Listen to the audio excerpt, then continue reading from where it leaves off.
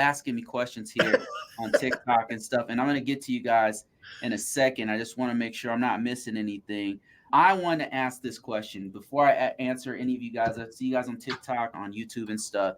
And just get your questions prepped because they're coming. All right. But my question here, we have a great opportunity to ask somebody who's seen three different worlds. You've seen, if I'm reading your LinkedIn page correctly, you were first of all in the Army as a serviceman, doing in the Signal Corps. So you were IT there. You were a GS, a civilian. Yep. And you are in the private sector. Yeah. So what's the difference between those three, and what can you give us like pros and cons of each one of those? Speaking to our audience, the audience who people are watching us are people who actually want to come in this field, and maybe they don't know the difference between those three sectors, and they don't know the pros and cons. These are college students. These are people coming out of high school. Sometimes people coming from another career path and who want to start, but they don't know whether they want to go into the private sector, the public sector, or maybe even the benefits of going into the military. And this is a great opportunity to talk to, because I've never been GS before. Yeah, I made some notes and I just glanced over at my notes just to find the right words.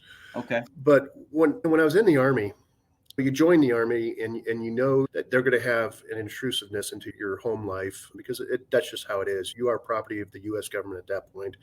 And I accepted that because I committed to that lifestyle. And then I got out, I left the military service and worked for a couple different companies and said I just hadn't found the right path yet. I hadn't found the right way forward yet, and had an opportunity to go back into the GS world, working with the Air Force at that time.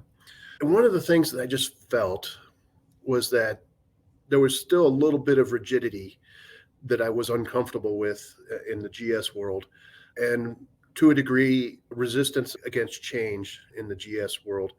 I just remember having to respond to requests for my time outside of work hours, and I wasn't prepared to wholly support my time outside of work unless it was actually producing something, producing a product or producing a result.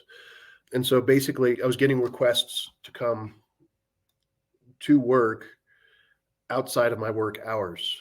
And so that kind of rubbed me raw a little bit, that intrusiveness into my personal life, because that's not what I signed up for. I signed up to be a professional, signed up to provide a service or produce a product during my assigned work hours. You mean in the private sector? No, in the GS. In the GS. Okay. And it's something you expect in the Army. Yeah, and I don't want to get into the exact details just because it was really petty, and it would me maybe not expressing myself in the most adult fashion, but at the end of the day, I was being asked to come to stand around for a dog and pony show, if you get the reference, when I wasn't scheduled to be there that day. And we could play the old Mallrats reference or Kevin Smith movie reference. Like it's not even my day to be working.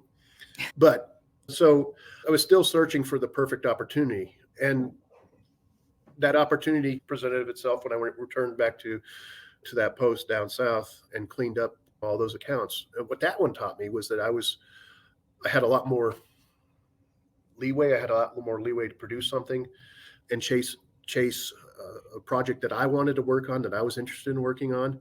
And I had somebody want to get into an argument with me down there. Yeah. Because I was doing something and I was producing something. And they said, "You don't even know the CCIs." And you know what I'm talking about when I say CCIs. And I said, "No, you're right. I don't, but I can find them. I know how to use this thing called Google."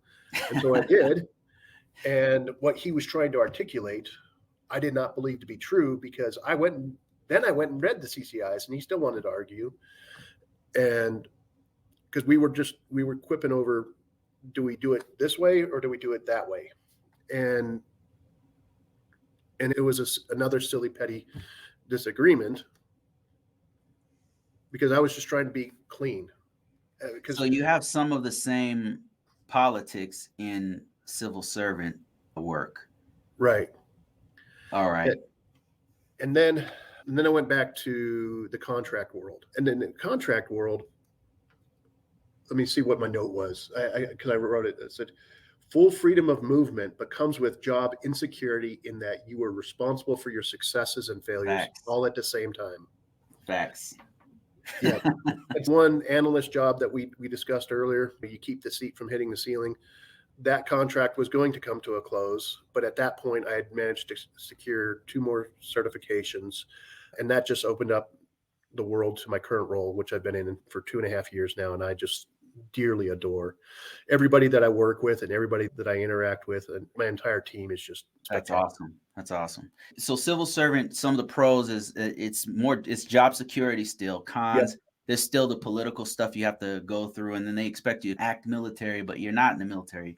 right, So those are the cons and the pros. And then private sector, the pros, you can have this great working environment, but the job security is not there. right. You compare it to civil servant. Yeah, and I feel that the government is doing a disservice right now. I know why they're doing it. I understand some of the politics behind it, but the GS pay scale and the pay scales have for the government schedule, the different government schedules, NH or GS, whatever you want to call it, they're just not keeping up. Is it NH now? There's multiple. It depends. Oh, okay. Depends on what role and what branch you work for. There's a whole different. I know And I what you don't mean. understand all that either. The GS, I was offered a GS when I was working directly with the GSs, and I was a contractor, and they offered me a position, pretty much the same thing I was doing, but they were getting away from contractors, and we're going to have all the GS do the contractor work. And they told us 2 years out or something like that. So that was good, nice of them to do that rather than just firing us all. And the pay scale was way lower, like 10K lower a year. And I'm like, damn, I don't. And meanwhile, somebody else is offering me, I just got into CISP, and somebody else is offering me 20K more to go to this other job. And I'm like, I don't know. So I know what you mean by that. Yeah. So you get freedom of movement, and you're responsible for your successes and failures. And I think that's what we found.